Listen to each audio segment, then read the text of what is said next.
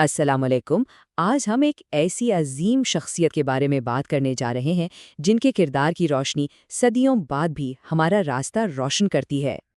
ذرا تصور کیجئے، ایک ایسی ہستی جس نے دنیا میں آنکھ ہی خانہ کعبہ کے اندر کھولی ہو، جس کا بچپن زمانے کے آخری نبی صلی اللہ علیہ وآلہ وسلم کے ساتھ گزرا ہو۔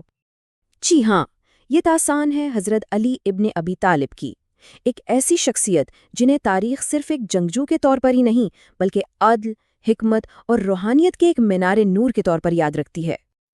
تو آئیے اس سفر کا آغاز ان کی اس بے مثال پرورش سے کرتے ہیں جس نے دراصل ان کے کردار کی بنیاد رکھی، وہ بنیاد جو نبوت کے سائے میں پروان چڑھی۔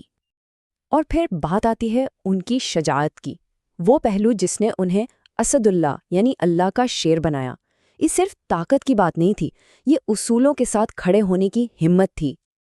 آپ تاریخ کے ورق پلٹ کر دیکھ لیں، بدر ہو، احد ہو، خندق ہو یا پھر خیبر کا قلعہ، اسلام کی ہر فیصلہ کن جنگ میں جب بھی مشکل وقت آیا، حضرت علی ایک چٹان کی طرح سب سے آگے کھڑے نظر آئے۔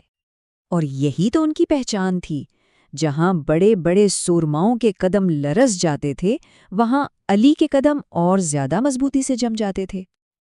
لیکن ایک بات سمجھنے والی ہے، ان کی تلوار صرف دشمن کے لیے نہیں اٹھتی تھی، وہ ناانصافی کے خلاف اٹھتی تھی، ظلم اور جھوٹ کے خلاف اٹھتی تھی۔ ان کی طاقت ہمیشہ ایک بڑے مقصد کے لیے تھی۔ مگر ان کی عظمت صرف میدان جنگ تک ہی محدود نہیں تھی۔ اب ذرا ان کی شخصیت کے دوسرے پہلو کو دیکھتے ہیں، ان کی حکمت، ان کا علم اور ان کی سخاوت۔ دیکھیے، نبی کریم صلی اللہ علیہ وآلہ وسلم کا یہ فرمان ہی کافی ہے۔ آپ نے فرمایا، میں علم کا شہر ہوں اور علی اس کا دروازہ ہے۔ اب خود سوچئے، جس علم کے شہر کا دروازہ خود علی ہوں، اس شہر کے اندر علم کا کیا خزانہ ہوگا۔ اور ان کی حکمت کا سب سے بڑا ثبوت ان کا عدل تھا۔ ان کے لیے انصاف کا مطلب تھا مکمل انصاف۔ ان کی نظر میں نہ کوئی امیر تھا، نہ غریب، نہ کوئی طاقتور نہ کمزور، سب برابر تھے۔ اور جہاں تک سخاوت کی بات ہے تو ان کا تو یہ عالم تھا کہ خود بھوکے رہ کر یتیم، مسکین اور قیدی کا پیٹ بھرا کرتے تھے۔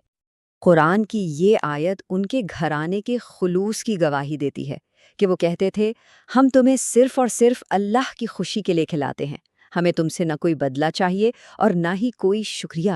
سوچیں کیسا اخلاص ہوگا۔ اور اب آتے ہیں ان کے کردار کے شاید سب سے اہم پہلو پر، ان کا ایمان اور ان کی وفاداری جو رہتی دنیا تک ایک مثال بن گئی۔ شب ہجرت کا وہ منظر یاد کیجئے جب دشمنوں نے نبی کریم صلی اللہ علیہ وآلہ وسلم کے قتل کا منصوبہ بنایا۔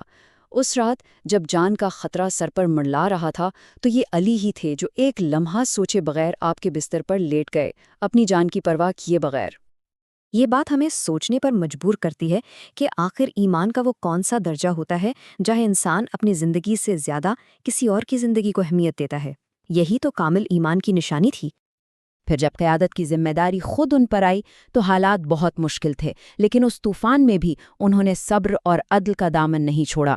انہوں نے ثابت کیا کہ اصل قیادت طاقت کا نام نہیں بلکہ خدمت کا نام ہے۔ آج بھی ان کا کردار ہمارے لیے ایک آئینے کی طرح ہے۔ ان کی زندگی ہر مشکل میں امید دیتی ہے اور یہ سکھاتی ہے کہ اصل کامیابی دنیا کمانے میں نہیں بلکہ اللہ کی رضا حاصل کرنے میں ہے۔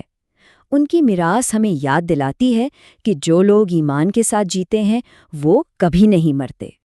یہاں تک کہ ان کی شہادت بھی ان کے پیغام کو ختم نہ کر سکی، بلکہ اس نے حق کی آواز کو اور بھی بلند کر دیا اور یہ ثابت کر دیا کہ آخرکار جیت ہمیشہ سچ کی ہی ہوتی ہے۔